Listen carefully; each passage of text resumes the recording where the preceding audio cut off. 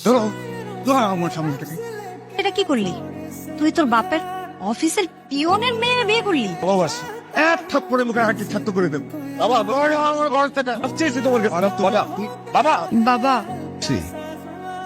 বৌদি কি কর? টাকা দিল না, এটা কোনো কথা? এদেশে কোনো বিচার নাই ভাইজান। মানে নিয়ে মানুষের বাড়ি বাড়িতে যাওয়া।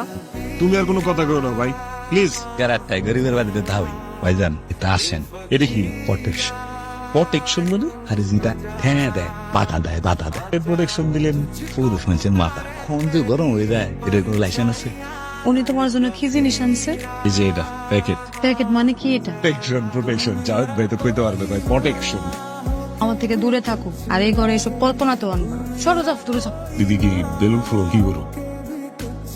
ভর্তির জন্য এতগুলা টাকা তুমি কই পাইবা? জোগাড় করে ফেলাম, চিন্তা করো না।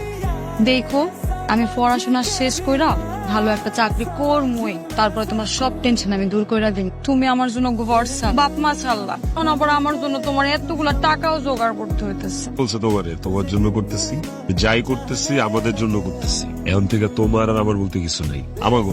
তুমি কখনো বদলা যাইবা না তো? বদলে যাবো কেন? ধরো এরকম হইতে পারে না যে একটা সময় যায় তোমার আমার আর ভালো লাগতেছে না? দেখুন জীবনও হবে না, প্রথম আর শেষ ভালো লাগে। তাই যেন হয়। তাই হবে। ধরো।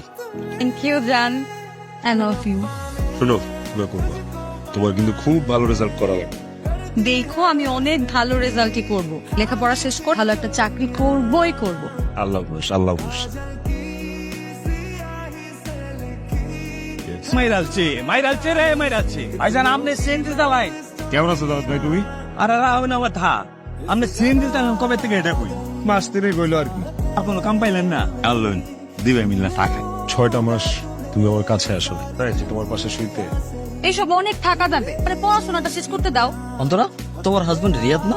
হ্যাঁ, না ব্যানগাড়িতে জুতা নিয়ে কি করে? ভ্যানে জুতা বিক্রি করে। চলো তোমার হাজবেন্ডকে রেজাল্টের খবর দিয়ে আসি। হাই ব্রো, চিনতে পারছেন আমাকে?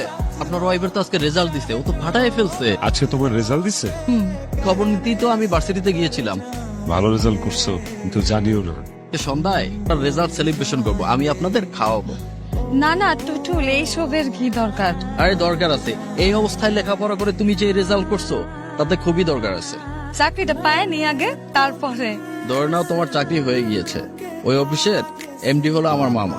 আজকের ইন্টারভিউটা ছিল জাস্ট ফর্মালিটিস। মিষ্টি নিয়ে আইসি, খাইলাম। আর বইলো না, তুলে এত খাবার খাওয়াইছে, এখন আর কোনো কিছু পেটে দেওয়ার মতো এক ফোঁটা জায়গা নেই। আজকে তোমার পরীক্ষার রেজাল্ট দিল, এত ভালো রেজাল্ট করলা, চাকরির ইন্টারভিউ দিলা, আমারে জানাইলা না যে? ভুইলা গেছিলাম। ভুলে গেছিলা?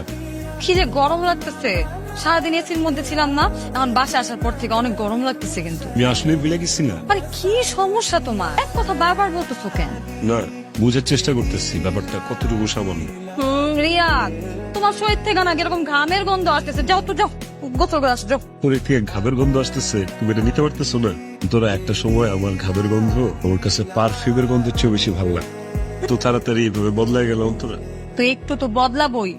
আগে ছিলাম এসএসসি পাস, আর এখন হচ্ছে অনার্স পাস। এই ঘর, এই সংসার, আর এই তুমি আমার অপছন্দের। 3 দিন ধরে ভাবির কোনো খোঁজ নাই, বিরাট চিন্তার বিষয় ভাইজান। আমি রিয়াদ, কি আপনার জন্য একটা চিঠি আছে।